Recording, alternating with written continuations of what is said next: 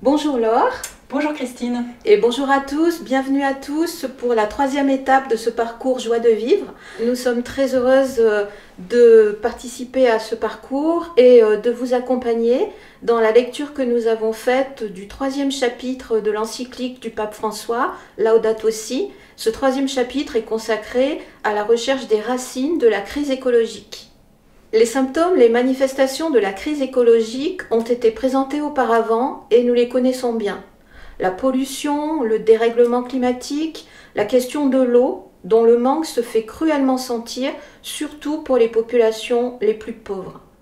Maintenant, le chapitre 3, qui nous intéresse, est consacré à la recherche des racines de la crise écologique, c'est-à-dire à la recherche des causes qui l'ont générée, aux facteurs qui en sont à l'origine. Dans un premier temps, nous allons voir toute l'ambivalence de deux notions, la notion de progrès et la notion de pouvoir.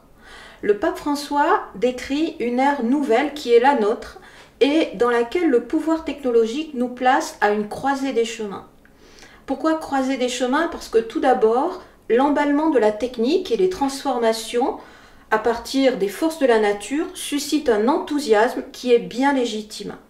Pensons par exemple aux prouesses de la médecine moderne, aux moyens informatiques ou de l'Internet, au développement des moyens de transport, etc. Ainsi, comme l'écrivait Saint Jean-Paul II dans son discours aux représentants des hommes de la science, de la culture et des hautes études à l'Université des Nations Unies en février 1981, la science et la technologie sont un produit merveilleux de la créativité humaine, un don de Dieu. Propos confirmés en juin 2009 par Benoît XVI dans son encyclique Caritas in Veritate. La technique exprime la tendance de l'esprit humain au dépassement progressif de certains conditionnements matériels. On comprend alors nettement que pouvoir et progrès sont vus ici comme une force positive dont l'homme savoure les bienfaits dans sa vie quotidienne. En étant bien orienté, la science apporte des choses précieuses à l'homme. Mais d'autre part, le pape ajoute que certaines technologies donnent à l'homme un terrible pouvoir, en prenant l'exemple de l'énergie nucléaire, des biotechnologies, ou encore de l'informatique, ou bien de la connaissance de notre ADN. Il poursuit aussi avec les armes utilisées lors des conflits, et il se questionne sur les risques associés à cet usage, en particulier lorsque ces technologies ne sont maîtrisées que par une petite partie de l'humanité qui détient ainsi une emprise sur le reste du monde. En fait, ce qui pose problème, c'est surtout l'usage que l'homme fait de ces innovations. Le risque est de sombrer dans une idéologie du progrès. En mettant les technologies au service d'une idéologie, on voit que le progrès technologique et le pouvoir exercé sans discernement peuvent aussi engendrer une force destructrice. D'où la nécessité d'une réflexion sur le progrès technique. Il nous faut passer du registre quantitatif au registre qualitatif. Éclairons un peu ces deux notions.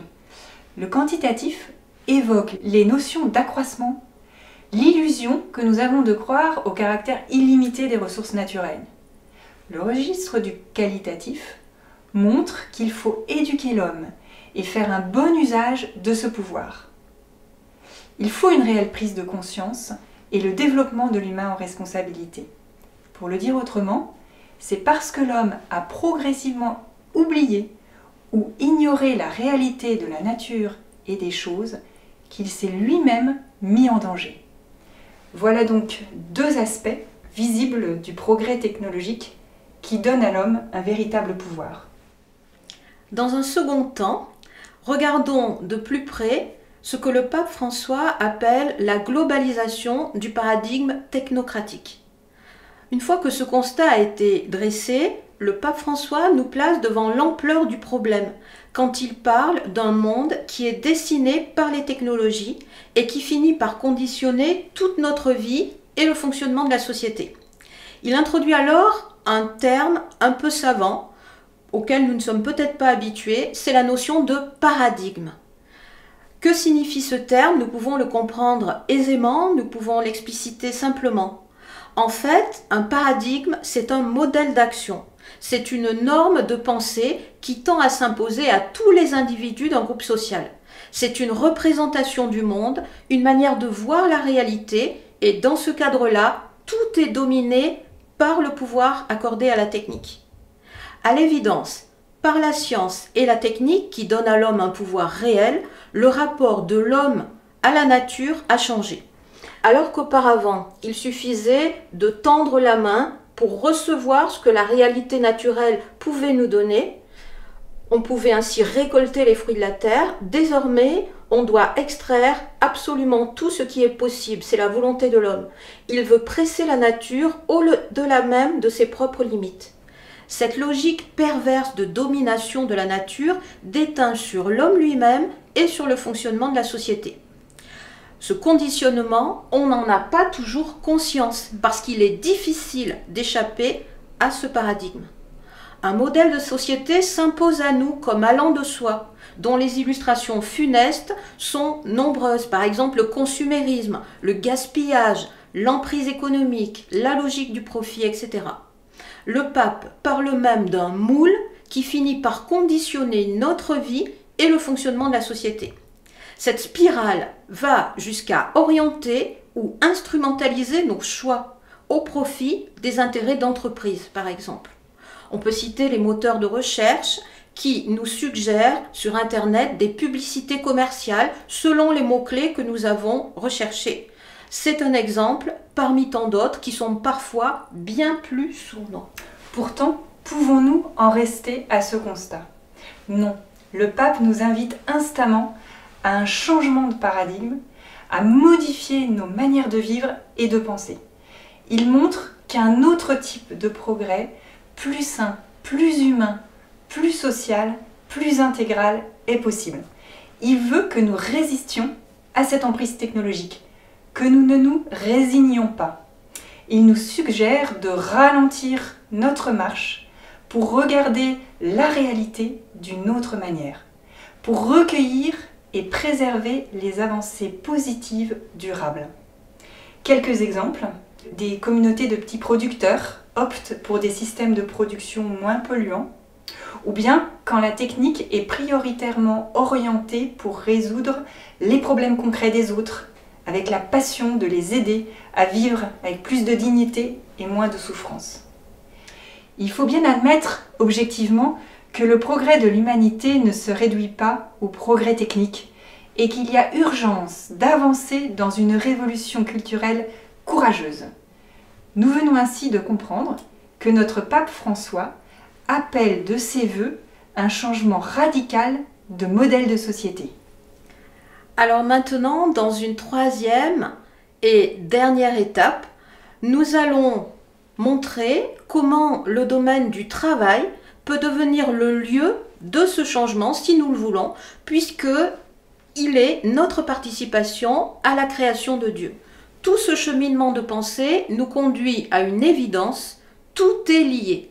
Tout est lié, cette phrase est vraiment un leitmotiv qu'on retrouve dans toute l'encyclique. Tout est lié, c'est-à-dire notre relation à la nature, notre relation aux autres et bien sûr notre relation à Dieu. Et dans une approche d'une écologie intégrale qui n'exclut pas l'être humain, il est indispensable d'incorporer la valeur du travail. Que faut-il entendre par ce terme de travail ? Pas seulement une forme particulière comme le travail manuel, mais au sens large, toute activité par laquelle l'homme transforme ce qui existe grâce à l'ingéniosité de son esprit ou à l'habileté de ses mains. Dans les récits de la création, le travail est défini comme une collaboration humaine à l'œuvre de Dieu. Nous sommes appelés à protéger ce qui existe et à travailler de manière à porter du fruit. Nous sommes donc les instruments de Dieu, appelés à faire apparaître les potentialités que Dieu a mises dans le monde. Le pape prend l'exemple des moines qui ont su associer recueillement et travail. Cette manière de vivre le travail les rend plus attentifs et plus respectueux de l'environnement et elle imprègne de saine sobriété leur relation au monde. Mais pour tout homme, le travail correspond à une nécessité. C'est une activité permettant d'avoir une vie digne. Il devrait être le lieu de développement personnel multiple, où se mêlent plusieurs dimensions. La créativité, la projection vers l'avenir, la mise en pratique de valeurs, la communication avec les autres et même une attitude d'adoration. Comme le souligne Paul VI dans son encyclique Populorum Progressio, l'homme est capable d'être lui-même l'agent responsable de son mieux-être matériel, de son progrès moral et de son épanouissement personnel. Répétons-le, l'objectif est de permettre à tous d'avoir une vie digne par le travail. Il faut donc favoriser la créativité entrepreneuriale, s'appuyer sur la diversité productive et soutenir les petites structures. Nous vous proposons quelques pistes de réflexion pour aller plus loin, faire des petits pas pendant ce temps de carême. Les technologies, quel rapport avons-nous avec elles? Est-ce qu'elles représentent une idole dans notre vie?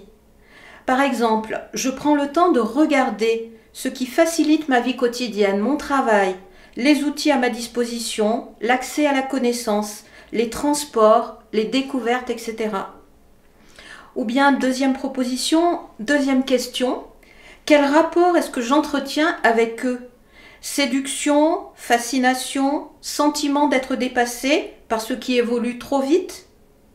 Ou bien alors, qu'est-ce que la technologie change dans mon rapport au temps?